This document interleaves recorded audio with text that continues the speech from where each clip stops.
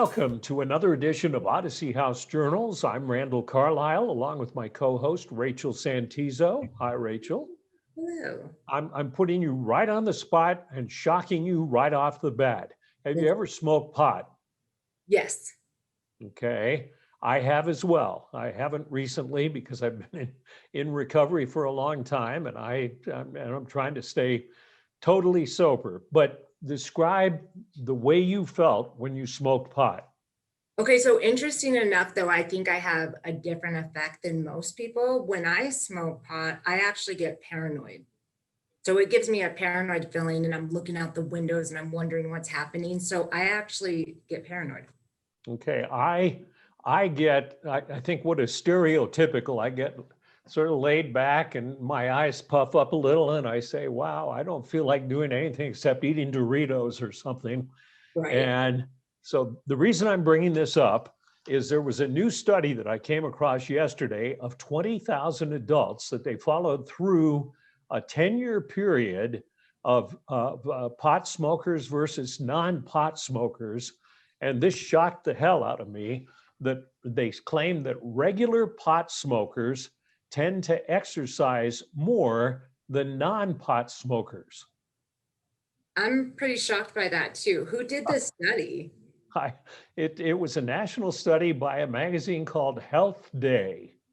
Interesting. But the thing is, they don't give any explanation as to why, because I think we all have this image of the Cheech and Chong movies where they say, wow, man, you know, that kind All of the stuff. smoke coming out of everywhere. Right. So just because somebody regularly uses marijuana doesn't mean they're a couch potato eating Doritos. Interesting fact. It is. So if anybody out there has this story, then we'd love to have you on the show. Right. Yeah, that's true. This. All right. The question I always ask, what are you wearing today, Rachel? Well, Randall, I'm wearing a unity shirt. So just like coming together, being one, like giving love, like love and tolerance for the world.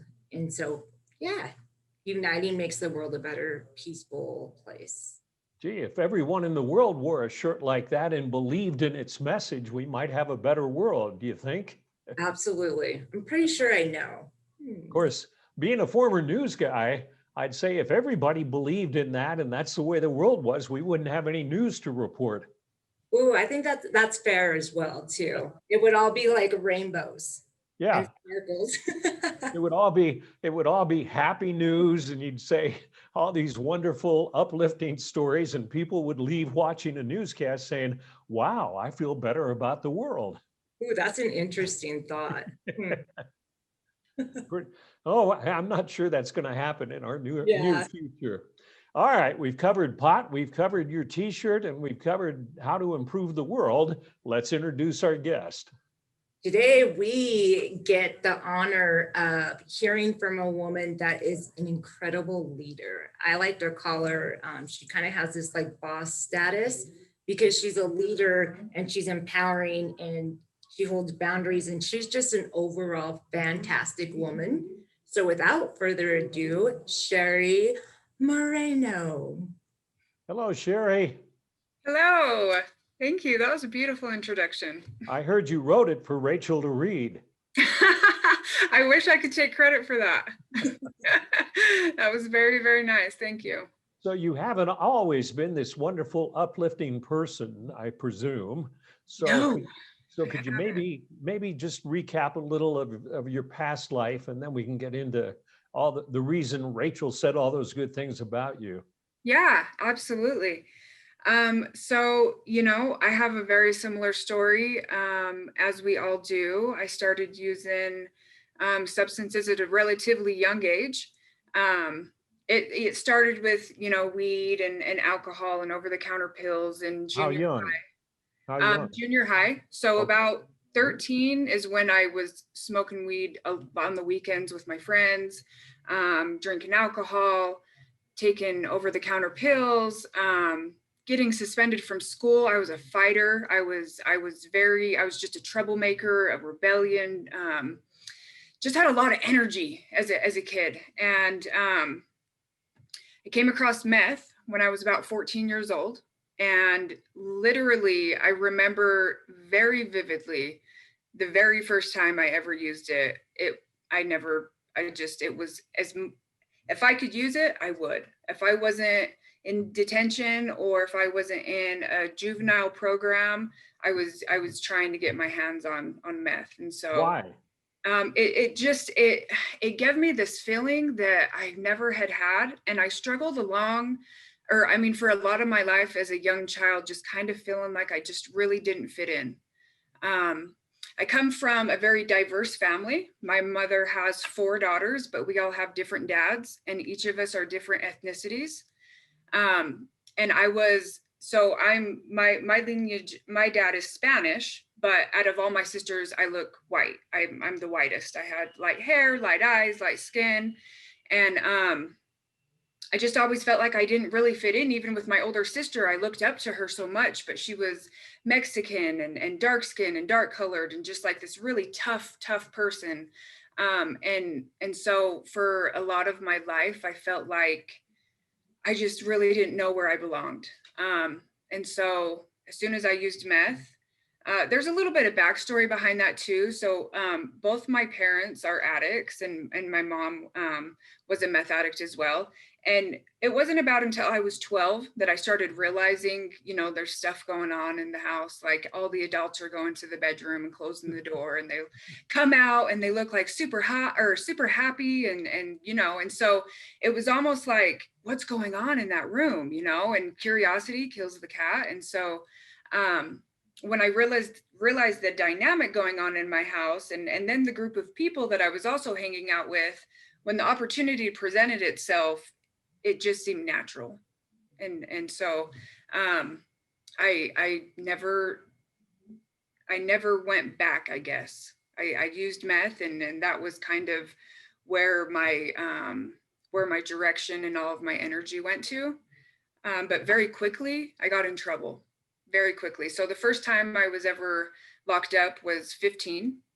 I actually went to court for truancy, for not going to school. And I showed up to court in an Adidas blue jumpsuit, totally not professional. I had the worst attitude you could ever imagine as a juvenile. So I'm not like being respectful to the judge. I'm going back and forth with the judge and just I felt like I was trying to create this reputation for myself, right? And the people that I looked up to, the reputation was, hard thug life, trying to be just an outlaw, I guess, so to speak. And that was something that really intrigued me. A badass. Yeah, a badass. Yeah. Okay. And ironically enough, my first experience in the juvenile detention center, they ended up sending me to Odyssey House Juvenile, the adolescence program. So my first experience ever with Odyssey, I was about 15 years old, and I only lasted 30 days. I was like, it was a culture shock. It was just so crazy to me. I couldn't understand, like, you can't talk to people without 50 people breaking for you. And so at that point, I was like, I'm just not going to talk to anyone. And so, a good 30 days, I decided to run, go lock up from the treatment center. And it was just this whole revolving door and cycle. So I would go on the run and I would get arrested and I would go to DT, and then they would put me in a treatment center, and I would run from the treatment center and I would be on the run, and then I would get arrested. And that literally was what my life looked like from the age 15 to 19. I'd been sent to Iowa from a judge of mine that I had. He kind of was like, there's no more programs left for you to do here, and you're not really compliant. So you have 2 options at this point. And at this point, I believe I was 16, turning 17. And he was like, we have something called it. I don't know what it's called now, but it was Decker Lake back when I was younger. Or we have this other program, but it's all the way in Iowa. And it was called Forest Ridge. It's kind of like it's an all girls program, and they send all juvenile women there from all different states. So that's where I got sent, was Iowa. And I was there with women from Florida, from Indiana, from Minnesota, from Nevada, from Utah. And it was just like a collection of, the worst in the system's eyes, the worst type of juveniles. And we filled up an entire high school, an abandoned high school that they had. And it was right on the border of Iowa and Minnesota. It was in this little town called Esterville.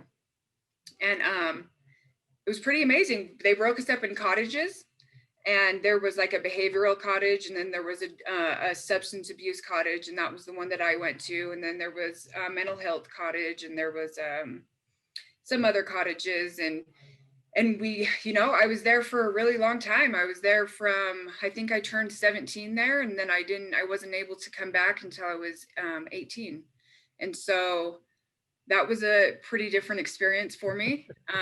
When I came back to Utah from the program in Iowa, they decided to put me into a Proctor home.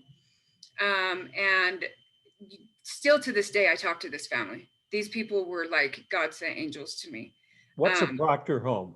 A Proctor home is a little bit different than a foster home. So a Proctor home is somewhere you get sent temporarily because you're deemed the problem. You were taken away from your family because you couldn't live life in a civilized way. And so it's not, DCFS wasn't involved. It was more of the courts and the judges and the systems on that end, because I was the one always getting in trouble. So that's the difference between a Proctor home and a foster home. And during all this time, like your teenage years, were your parents still using? Yes. Yes. So my biological dad has been in prison since I was like 4, in and out, and I don't really know him. However, my stepdad raised me since I was 4, also active addiction and alcoholic. And yes, they were still using. Yeah.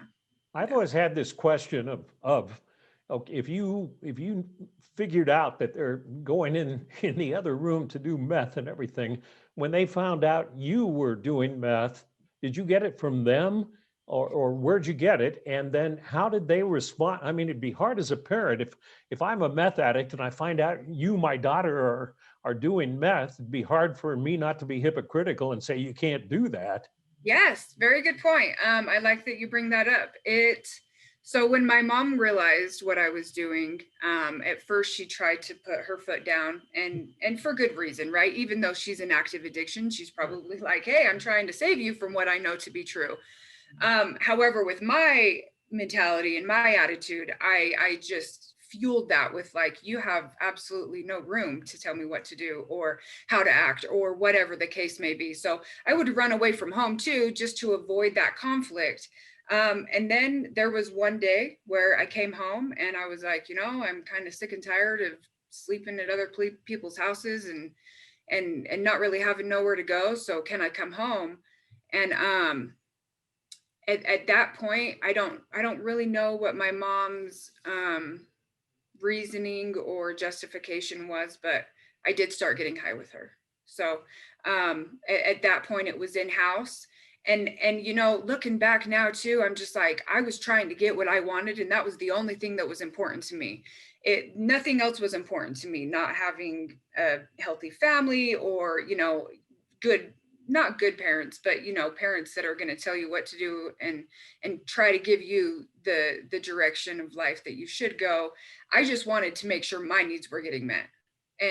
And so I blackmailed my mom a lot. I used that as in my defense against her. And it was a pretty chaotic time. But again, I was always in and out. Like I missed my 2 younger sisters growing up 100%, because I was not present when I was there. And it was such a short-lived experience every time I was ever home, because I was either in detention or in another state in a program or in other programs. And so it was hit and miss, but every time there was some sort of unhealthy dynamic going on. So Wait, you have just described a very bleak beginning that some people would say there's no way she'll ever pull out of this. So how did you, and you have, how'd you make the transition from badass to good ass? yeah, so just really quick, I ended up graduating high school with my class with an academic letter. I had to make up a whole, I think it was my freshman year, my senior year. And I was still in the Proctor home when I was doing this, and I was sober. And so I didn't graduate till I was 19, because like my birthday falls on that weird whatever. So I was always the oldest one in my class. Now, with that being said, when I graduated, I had to go back into court. And at that point, I thought they were going to, terminate me successfully because I thought I was doing everything I was supposed to be doing. And I had a really rude awakening when I went to court. I mean, I was like full of like just, motivation and power. And my judge looked at me and was like, you've been doing really good, but your history tells us that you do good in structured environments. And as soon as you have no accountability, you're off and running again. So I'm not going to terminate you. And because I was in the system under JJS, which is Juvenile Justice Services, they can keep you till you're 23. And I couldn't wrap my mind around that. I'm like, I am a grown adult and I feel like I've done what you've asked me to, and all I'm asking in return is my independence. And when they didn't give that to me, I did not deal with it very well. And so very quickly, I decided in my mastermind brain, you can't be in both systems at one time. I'm an adult, but I'm in the juvenile system, and this is very confusing for me. So I'm going to go catch a charge as an adult, and they'll have no choice but to let me go. And at the time, I thought this was like the best plan I'd ever made in my life. However, what I didn't realize is I now just graduated myself into the adult system by choice. So I went and got a shoplifting charge, and I was very, very, not trying to hide it because I was trying to get the charge. And so anyways, long story short, they unsuccessfully terminated me from the juvenile system, but now I was in the adult system. And from 19 to 20, I had relapsed. I had moved out of the Proctor home and I was living with some friends. And I had met this guy who I ended up getting pregnant by. And that whole relationship only lasted for about a year and a half, but it was all addiction and me pregnant and having a baby. And I had my son at 20, I had my son at 20.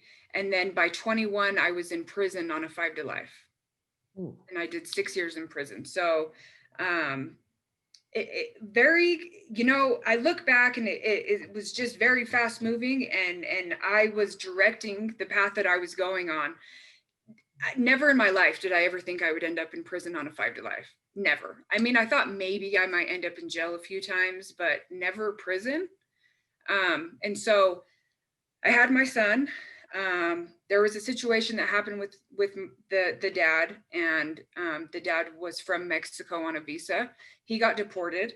And so I had about 6 months where I was still fresh out of the juvenile system, didn't really know how to function as an adult yet. I now had a brand new baby.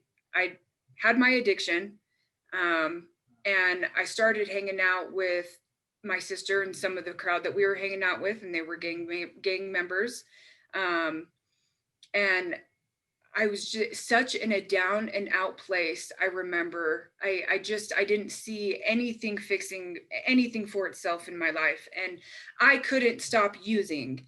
And I didn't know, I mean, I knew I had some resources from my juvenile experience, but I didn't have a whole lot of resources now being an adult and a single mother and all of these things. And so I decided one night that I was going to go rob Taco Time at gunpoint. And my co-defendant ended up shooting an employee, and the bullet is now stuck in her spine. I was arrested about a day later, and I got sent to prison, and I did 6 years. It seems like the meth and the behaviors, right, became your identity, and you worked to try to change that, but when you felt let down, you went to what was comfortable for you. Yes, I did. And so you end up in prison, and then what happens with your son, and what happens when you get out of prison? So my son was left in the care of my older sister and my mother. And when we realized still sitting in jail, waiting to go to get sentenced, I still had this like denial and avoidance and almost optimistical thinking, like they're not going to send me to prison. This is like my first time, being in trouble as an adult, not taking into consideration my huge rap sheet as a juvenile that I created for myself. And so about a year into me sitting in jail, and I finally got transferred to the prison and sentenced, I got this really long letter from my mom. And, you know, hindsight, I respect where she was coming from, and I understand now. But when I was in prison and I was reading the letter, I totally didn't understand. And she was like, you know, I wish I could take care of your son, but we both know that he'll be fed and he'll have somewhere to sleep, but he's not going to get the love and the attention and everything that he needs. And so I didn't want to, I was really in a powerless situation at that point. Like, once you're in prison, you're not getting out. And so she didn't want to give him up to the state. And my sister was everybody at this point was in this huge, just snowball effect of addiction and how it affected our family.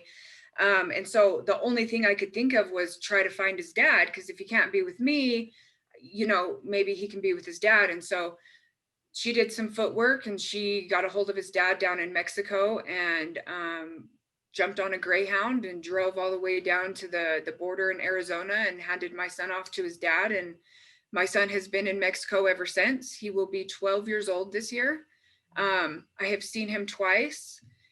He speaks no English, and I speak very broken Spanish. And so the language barrier is a little difficult, but my son is healthy, and he is the cutest kid, and he's very well mannered, and he is a spitting image of me, which is, I just think, you know, one of the most amazing things. And yeah, he's, you know, I'm just grateful that he was able to not necessarily have to suffer my choices that I made, and that's what's most important to me now. So very healthy kid. We've got about 8 minutes left, and we've talked about all the negatives in your life. And let's get to Rachel's description of all the positives that are going on with you right now. Yes. Okay. So, long story short, I get out of prison, I relapse, and then I get an opportunity to come to Odyssey House. So I walk into Odyssey House, and at first, because I'm so treatment savvy, because I've been through all these treatment centers before, I think I have it under wraps, you know, and I take the program really slow, and I end up recreating my lifestyle in treatment. And so because I can show up and I can be articulate and I can take direction and I can help delegate, I use that as a mask and a distraction to avoid what was really going on. Now, this is why I love Odyssey, because I felt like I finally met my match. Because my whole entire life, I feel like sometimes I've been made an example of, because I do present myself very well, but I make choices that make people sit back and think like, what is wrong with this lady, right? And so when I say I met my match, is there are some very strong, just influential people inside Odyssey that when they speak their truth, you can't deny it. Like it hits your core. Like the conviction just overpowers any lie and any deceit and any try to, you know, fake that you're trying to present. And so I probably wasted, I wouldn't say wasted, but I probably messed around for the first 6 months of my experience trying to be two-faced, I would say. And the moment of clarity came when I had to hold people accountable. And that was really hard for me because I was very stuck in the con code and the criminal mentality. And if it wasn't for Damon Harris, I probably would have never, ever leaned into the encounter process. But he had such an impact on me, and seeing a man of that stature and telling me like, this is your opportunity for your truth to be heard. So if you want to avoid that, that's on you. You're going to end up living a life in these lies and stuff. And these friendships that you think you have here based on superficial, you know, things is just that. It's superficial. You don't have anything of value because you haven't created anything of value. And that really spoke to me. And so I had to hold a lot of things accountable. I had to hold myself accountable. I had to hold a lot of peers accountable. I had to face feeling like a snitch and a rat and really find out what it is to be able to speak your truth, regardless of what anybody will think or say of you. And that was a defining moment for me, because my whole entire life I had been either the let's go do this and like recruiting people, like, come on, it doesn't matter if it's a bad idea, let's do it, to now this person that's like, hey, this isn't okay. And this isn't okay for a multitude of reasons, but mainly because I have no drugs in my system. I have no excuse anymore. And I'm still functioning and acting the same way I was on the streets. There's a problem with that. Like, this is more deeper than just drug use. This is like a full person problem that I have going on. And so that really opened up a doorway for me. And I just started using the leadership and the power I had in my addiction for my recovery. And I just tried to match that energy, because I've always known that I have the skill or the gift to change the energy in a room, and to be able to get on people's level and become very relatable. But I was doing it for wrong reasons. And so when I was able to learn how to do it for reasons that are going to sustain success in my life, I just felt like that was the answer I'd always been seeking for, and just never really had it laid out in terms where I could grasp and really use. So. And now, Sherry, you are using that daily and making a difference in clients' lives. So where are you sitting today and what are you doing? Yes, so I graduated Odyssey, and I also was offered a job when we opened up the newest facility, Meadowbrook. And I was like so honored. When I graduated Odyssey, I never anticipated working for them again, because still, as much as I overcame and worked through, I was like, I'm not that worthy, or, however I told myself when I'm talking to myself. And so when the job opportunity presented itself, I was like, oh my gosh, like, this is such a blessing and an honor. Like, of course I'll work for you guys. And so I am the peer support supervisor at Meadowbrook. And it's just, I love my job. I love my position. I feel like I get to come every single day and I meet the new people. I'm the first face they see when they walk into the building, and I get them settled in. And then I'm also blessed enough to be the person who takes clients to transition out when they go to sober living. And so for me, that's such an important part. So I get to pick you up when you're fresh off the streets and you don't know what you're doing. And I get to drop you off when you get to go back into society and try to figure out how to live life. And I mean, there's no words for it. So You're an amazing person. You Thank really you. are. Thank you. And you're like a child of Odyssey. You went to the adolescent house and then you screwed up, and then you came back to adult residential, then you graduated, and now you're back here working for Odyssey. Yes. Yes, I'm very blessed. I feel very blessed. My older sister is also a graduate of Odyssey too. All right. So it's like, even in our family dynamic, my younger sister is sober now. My mom still struggles in active addiction, but it's like she sees the difference and she sees the change, and and so it's just an overall life-changing experience. But I mean, it works. And I that's just amazing, because a lot of people struggle to find their truth. And had I not came to Odyssey, I don't know that I would have. Well, and what strikes me is that you have learned to love yourself. Yes. Yes. I Yeah. can tell just from everything you've said. And you didn't love your old self, really. No, I was just trying to survive with a bunch of stuff I didn't know how to process. Well, it's like you had this leadership, right? Like this intuition inside. You are definitely a leader, but you were using it, like in the wrong ways. And then once you figured out, wait, I have a heart, I am worthy. Now you're using it for the greater good. Yes. Yes.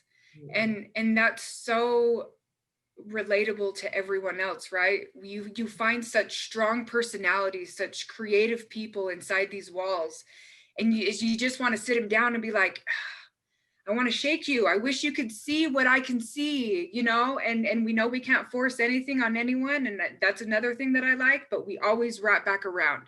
We never forget, right? We'll give you time, you can adjust, you can process it. If it doesn't work for you, no worries, you know? But if it does, I want to help you get there, because I wouldn't have been able to get to where I'm at without Rachel. Was a huge part of, I met Rachel actually when I got out of prison at FTR for the very first time, completely outside of Odyssey. And so, you know, it's very powerful. And I know we're running out of time, but I'm just going to say, I think it was this weekend that I stumbled across the Odyssey House Journals on YouTube. I work here. I'm a graduate. I know I'll be the first one to say I had no idea we had our own YouTube channel. And as I was watching it, I was like, I need to bring this into the building. Like, how can I allow the clients to see this? And so I reached out to Rachel and asked for permission and was like, you know, I want to have a group on this. I want the clients to see that this is possible. And just so I've watched a few of the journals, probably a lot of them. And it's just very powerful. It is. It takes people in a community to get the word across and just wrap back around. And like, everybody's story is enough. And I think that's really cool. Well, thank you very much for sharing your story. You are extremely powerful. I'm proud to be working with you at Odyssey, even though we're doing different things. And obviously, you know, the great thing that I think about stories like this is if somebody's on the fence or has relatives who know somebody who they think would be helped by treatment, to watch something like this and hear what a badass you were, and how you finally you know found what you were looking for, so that, and not necessarily going to Odyssey House, but going somewhere for help would be yeah, absolutely. You know, Odyssey was for me, but there's so many other I mean, the movement for recovery right now is phenomenal. I mean, it's just huge. It's even from the time I got out of prison to now, it's extremely more, the awareness is more there, the movement, the communication, the outreach, the everything. And so it's necessary. And you know why? It's because we're talking about it. And also because of expanded Medicaid, because basically anybody who, and this is something that's really, I'd like to get across to people more often, anybody who wants treatment can get it regardless of ability to pay now.